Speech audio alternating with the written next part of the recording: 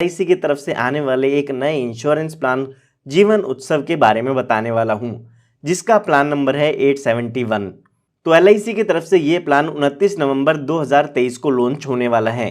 29 नवंबर के बाद आप इस इंश्योरेंस प्लान को बाय कर सकते हैं।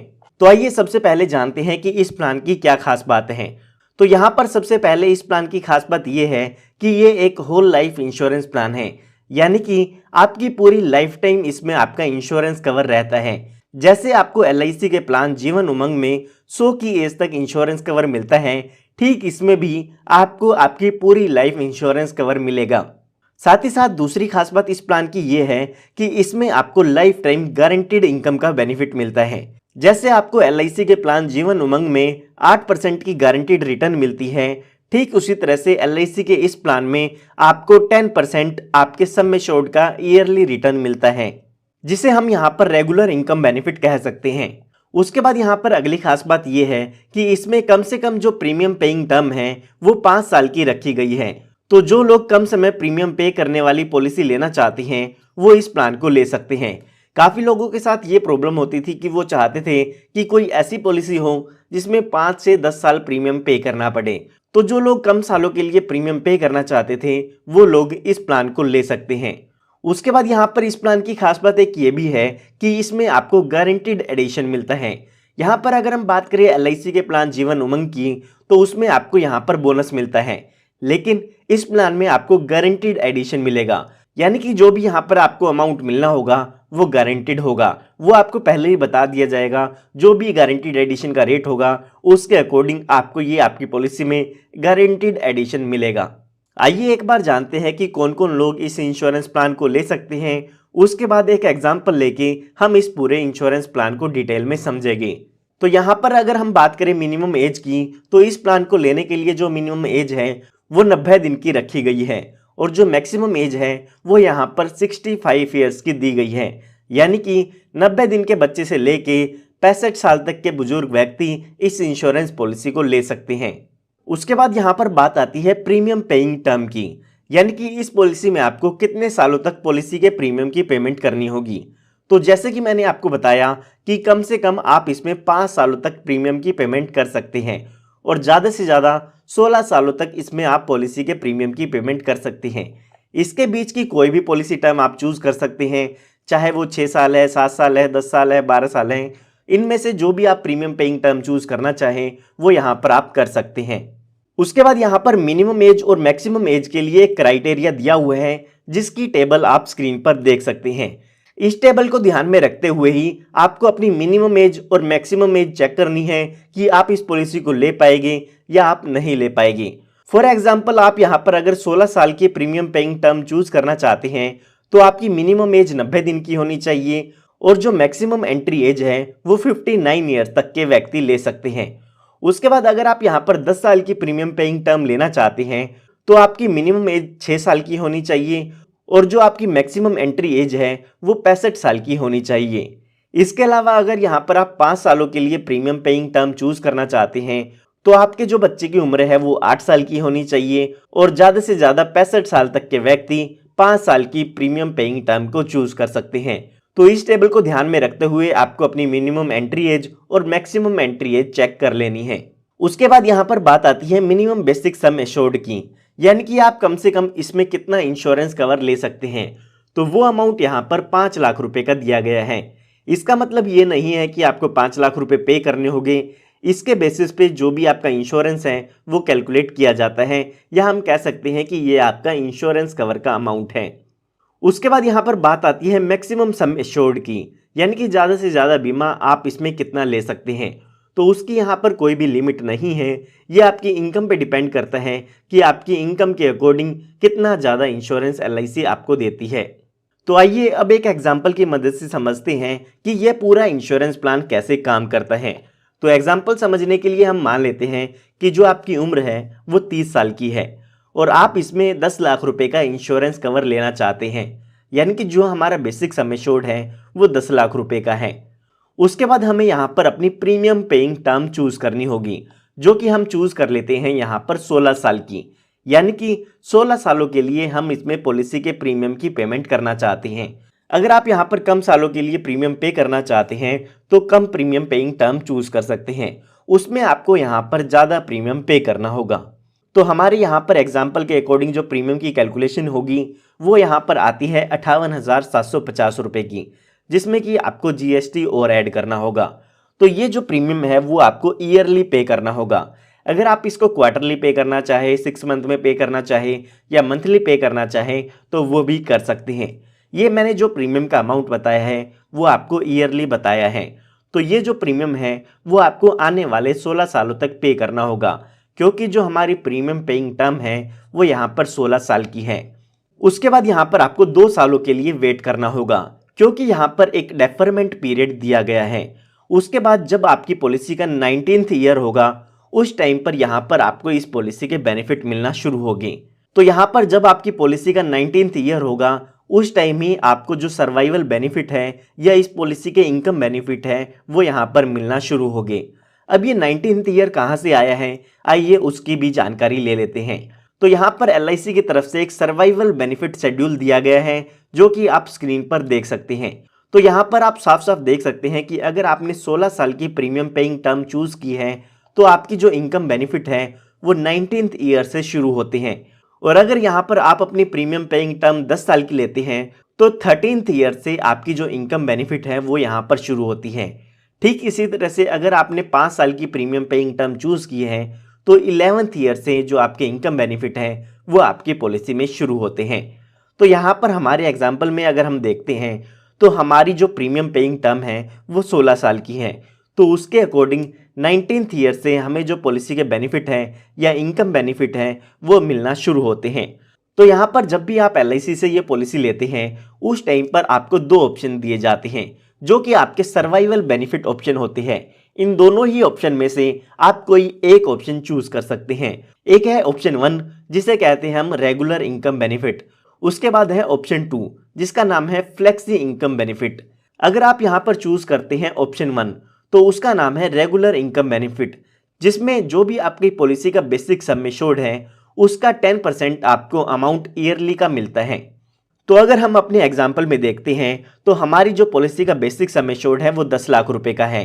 तो इसका मतलब ये है कि 19th पॉलिसी ईयर से हमें 1 लाख रुपए ईयरली LIC की तरफ से दिया जाएगा जो कि हमारा रेगुलर इनकम बेनिफिट होगा। ये बेनिफिट उन लोगों के लिए है जिन्होंने ऑप्शन 1 चूज किया है। उसके बाद ये हमारा जो 1 लाख रुपए का अमाउंट है ये हमें हर साल मिलता रहेगा, और ये अमाउंट हमें लाइफ टाइम मिलेगा। जब तक आप जीवित रहते हैं जब तक ये आपको लाइफ टाइम अमाउंट मिलता रहेगा। अगर आपने यहाँ पर 20 लाख रुपए का इंश्योरेंस कवर लिया है तो 20 लाख रुपए का 10% यानी कि 2 लाख रुपए का अमाउंट आपको हर साल लाइफ टाइम मिलता रहेगा। लेकिन यहाँ पर आपको ये बात ध्यान रखनी है कि हमारे एग्जाम्पल के अकॉर्डिंग जो हमें इनकम बेनिफिट मिलेगा वो 19th पॉलिसी ईयर से शुरू होगा। उसके बाद ये इनकम बेनिफिट आपको लाइफ टाइम मिलता रहेगा। उसके बाद यहाँ पर जब भी आपकी डेथ होती है तो उस टाइम पर आपके नॉमिनी को डेथ बेनिफिट भी मिलता है। अब यहाँ पर बात आती है कि इसमें आपके नॉमिनी को कितना डेथ बेनिफिट मिलता है, तो आइए उसके बारे में भी जानते हैं। तो एग्जाम्पल के लिए हम मान लेते हैं कि जब पॉलिसी का 26th ईयर होता है तो उस टाइम ये जो पॉलिसी होल्डर है उसकी डेथ हो जाती है। तो उस टाइम ये जो नॉमिनी है उनको यहाँ पर इस पॉलिसी के डेथ बेनिफिट मिलते हैं। तो यहाँ पर अगर हम डेथ बेनिफिट की बात करें तो डेथ बेनिफिट में सम एश्योर्ड ऑन डेथ मिलता है, साथ ही साथ जो भी आपकी पॉलिसी का गारंटीड एडिशन है वो भी आपके नॉमिनी को दिया जाता है। अब यहाँ पर ये जो सम एश्योर्ड ऑन डेथ है उसकी कैलकुलेशन LIC की तरफ से की जाती है। यहाँ पर 3 कैलकुलेशन की जाती है, उसमें से जो ज़्यादा अमाउंट आता है वो आपका सम एश्योर्ड ऑन डेथ कहलाता है। उसी के साथ साथ जो भी आपकी पॉलिसी का गारंटीड एडिशन है वो भी आपके नॉमिनी को मिलता है। तो आइए एक बार यहाँ पर कैलकुलेट करते हैं कि हमें इसमें कितना गारंटीड एडिशन मिलने वाला है। तो यहाँ पर LIC की तरफ से कहा गया है कि आपको 1000 रुपये के सम एश्योर्ड पर 1 साल का जो गारंटीड एडिशन होगा वो 40 रुपये का मिलने वाला है। तो हमारा जो एग्जाम्पल है उसमें हमने बेसिक सम एश्योर्ड 10 लाख रुपए का लिया है, उसके अकॉर्डिंग हमारा जो 1 साल का गारंटीड एडिशन होगा वो यहाँ पर 40,000 रुपये का हो जाता है। तो यहाँ पर अगर हम 16 साल का गारंटीड एडिशन देखते हैं तो वो 6,40,000 रुपये का अमाउंट हो जाता है। यहाँ पर आपको एक बात ध्यान रखनी है कि जो भी आपका गारंटीड एडिशन का अमाउंट होगा वो केवल और केवल आपकी जो प्रीमियम पेइंग टर्म है उसके दौरान ही पे किया जाता है। तो तो यहाँ पर जो हमारी प्रीमियम पेइंग टर्म थी वो 16 साल की थी, इसीलिए हमने 16 साल के लिए गारंटीड एडिशन की कैलकुलेशन की है। अगर यहाँ पर 10th ईयर में पॉलिसी होल्डर की डेथ होती है तो हमें 10 साल का गारंटीड एडिशन कैलकुलेट करना है। हमारे एग्जाम्पल में हमने माना है कि 26th ईयर में पॉलिसी होल्डर की डेथ हुई है, तो जो भी हमारा मैक्सिमम प्रीमियम पेइंग टर्म था उसके अकॉर्डिंग हम यहाँ पर गारंटीड एडिशन की कैलकुलेशन करेंगे। तो हमारी पॉलिसी में 6,40,000 रुपये का गारंटीड एडिशन हो चुका है। साथ ही साथ जो भी हमारे यहाँ पर सम एश्योर्ड ऑन डेथ है वो भी यहाँ पर इस पॉलिसी होल्डर के नॉमिनी को मिलेगा। तो सम एश्योर्ड ऑन डेथ को कैलकुलेट करने के लिए हमें 7 टाइम्स ऑफ एनुअलाइज प्रीमियम करना होगा, 105% ऑफ टोटल प्रीमियम पेड करना होगा, और जो हमारा बेसिक सम एश्योर्ड है वो भी हमें यहाँ पर चेक करना होगा। तो अभी के लिए हम मान लेते हैं कि जो हमारा बेसिक सम एश्योर्ड है वो इन सब में ज़्यादा है। तो यहाँ पर इस पॉलिसी होल्डर की डेथ के केस में 10 लाख रुपए तो बेसिक सम एश्योर्ड मिलेगा, प्लस में 6,40,000 रुपये का गारंटीड एडिशन मिलेगा, यानी कि जो टोटल डेथ बेनिफिट है वो 16,40,000 रुपये का इसमें हो जाता है। तो यहाँ पर जो मैंने आपको इनकम बेनिफिट बताए थे वो ऑप्शन 1 के अकॉर्डिंग बताए थे। यहाँ पर मैंने आपको बताया था कि आपको 2 ऑप्शन मिलते हैं। जो दूसरा ऑप्शन यहाँ पर मिलता है वो है फ्लेक्सिबल इनकम बेनिफिट का, जिसमें जो भी आपके बेसिक सम एश्योर्ड है उसका 10% आपको अमाउंट मिलता है। लेकिन उसमें यहाँ पर आपको एक बेनिफिट और मिलता है कि आपको ये जो अमाउंट मिलना है, जो कि आपको इनकम बेनिफिट मिलना है, उसको आप डेफर कर सकते हैं। यानी कि उस अमाउंट को एवरी ईयर ना लेकर आप जब चाहे बाद में उस अमाउंट को ले सकते हैं। अगर आप ये अमाउंट नहीं लेते हैं तो LIC उस पर आपको 5.5% का ईयरली इंटरेस्ट भी देती है। तो अगर आपको ये इनकम बेनिफिट एवरी ईयर नहीं चाहते हैं तो आपको ऑप्शन 2 चूज़ करना चाहिए, जिसमें जो आपका बैलेंस अमाउंट है उस पर आपको इंटरेस्ट मिलेगा, और उसके बाद यहाँ पर जब भी आपको वो पैसा चाहिए होगा उसका कुछ परसेंट अमाउंट आप एप्लीकेशन दे के विड्रॉ कर सकते हैं। यहाँ पर जो भी आपका बैलेंस फंड है उसका 75% तक का अमाउंट आप 1 साल में विड्रॉ कर सकते हैं। उसके लिए आपको एक रिटर्न रिक्वेस्ट देनी होगी। तो यहाँ पर आप ऑप्शन 1 भी चूज़ कर सकते हैं और ऑप्शन 2 भी चूज़ कर सकते हैं। दोनों ही केस में जो डेथ बेनिफिट है वो यहाँ पर सेम ही मिलने वाले हैं। तो यहाँ पर मैं उम्मीद करता हूँ कि जो भी आपको यहाँ पर एग्जाम्पल है वो क्लियरली समझ में आ गया होगा। यहाँ पर मैं आपको कुछ बातें दोबारा बताना चाहूँगा ताकि आपको फिर से सारी जो बातें हैं वो इस प्लान की क्लियर हो सकें। तो यहाँ पर जो भी हमने यहाँ पर 19th ईयर लिया है इस पॉलिसी के बेनिफिट लेने के लिए, वो यहाँ पर टेबल में दिया गया है। उस टेबल के अकॉर्डिंग ही हमें पता चलेगा कि इनकम बेनिफिट हमें कौन से ईयर से मिलने वाले हैं। तो आपकी जो प्रीमियम पेइंग टर्म है वो देख के ये आप जान सकते हैं कि आपको इनकम बेनिफिट कौन से ईयर में मिलने वाले हैं।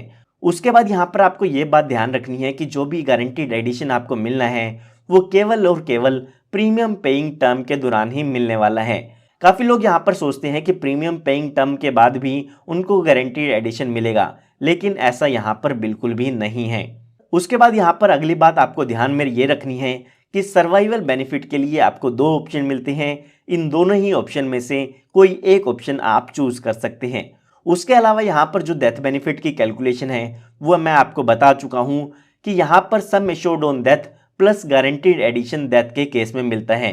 जो ये सम एश्योर्ड ऑन डेथ है उसकी कैलकुलेशन के लिए यहाँ पर आपको 3 ऑप्शन मिलते हैं। उन 3 ऑप्शन में से जो भी ज़्यादा अमाउंट आता है उसके अकॉर्डिंग ही आपका सम एश्योर्ड ऑन डेथ का अमाउंट चूज़ किया जाता है।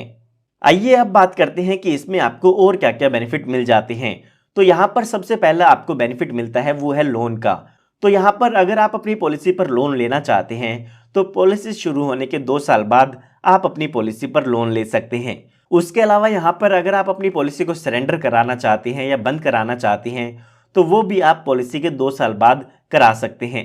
हालांकि उस केस में जो भी आपकी यहाँ पर चार्जेस हैं वो डिडक्ट किए जाते हैं। उसके बाद यहाँ पर बात आती है रिवाइवल की। तो यहाँ पर अगर आपकी पॉलिसी लैप्स हो जाती है तो 5 सालों के अंदर अंदर आप अपनी पॉलिसी को रिवाइव भी करा सकते हैं।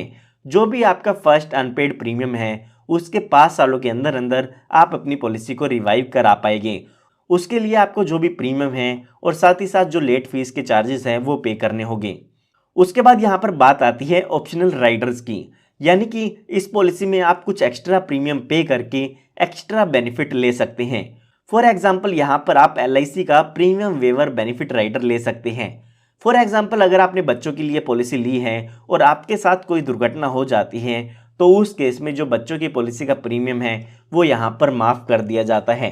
तो इस तरह के और भी काफ़ी राइडर्स हैं जो इस पॉलिसी में अवेलेबल हैं, जैसे कि LIC का premium waiver benefit rider, LIC का क्रिटिकल इलनेस राइडर, LIC का new term assurance rider, LIC का accidental death and disability benefit rider या फिर LIC का एक्सीडेंटल बेनिफिट राइडर। तो इन राइडर्स को अगर आप लेना चाहते हैं तो एक्स्ट्रा प्रीमियम पे करके अपनी पॉलिसी में ऐड करा सकते हैं। उसके बाद यहाँ पर अगर आप प्रीमियम के रेट्स चेक करना चाहते हैं तो उसकी टेबल्स भी आपको यहाँ पर स्क्रीन पर दिख जाएगी। 10 लाख रुपए के बेसिक सम एश्योर्ड पर कितनी एज पर कितनी प्रीमियम पेइंग टर्म पर आपको कितना प्रीमियम पे करना होगा वो आप इस टेबल पर देख सकते हैं। उसके बाद यहाँ पर बात आती है मोड ऑफ प्रीमियम की। तो यहाँ पर इस पॉलिसी का जो प्रीमियम है उसको आप मंथली पे कर सकते हैं, क्वार्टरली पे कर सकते हैं, हाफ ईयरली पे कर सकते हैं या ईयरली भी पे कर सकते हैं। जो भी प्रीमियम पेमेंट मोड आप चूज करना चाहें उसके अकॉर्डिंग यहाँ पर आपको प्रीमियम पे करना होगा। उसके बाद यहाँ पर बात आती है मैच्योरिटी बेनिफिट की। तो काफ़ी लोगों के मन में यह ख्याल जरूर आया होगा कि इस पॉलिसी में कोई भी मैच्योरिटी बेनिफिट नहीं है। तो यहाँ पर इस पॉलिसी में आपको कोई भी मैच्योरिटी बेनिफिट नहीं मिलता है।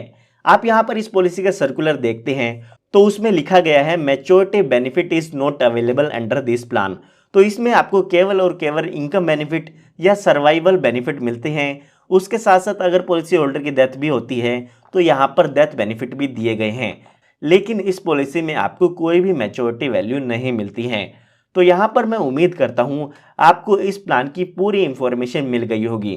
फिर भी अगर आपको कोई डाउट है तो वो आप मुझसे कमेंट में पूछ सकते हैं। उम्मीद करता हूँ आपको ये इन्फॉर्मेशन काफ़ी पसंद आई होगी। अगर आपको ये इन्फॉर्मेशन पसंद आई है तो इस वीडियो को लाइक ज़रूर कीजिएगा।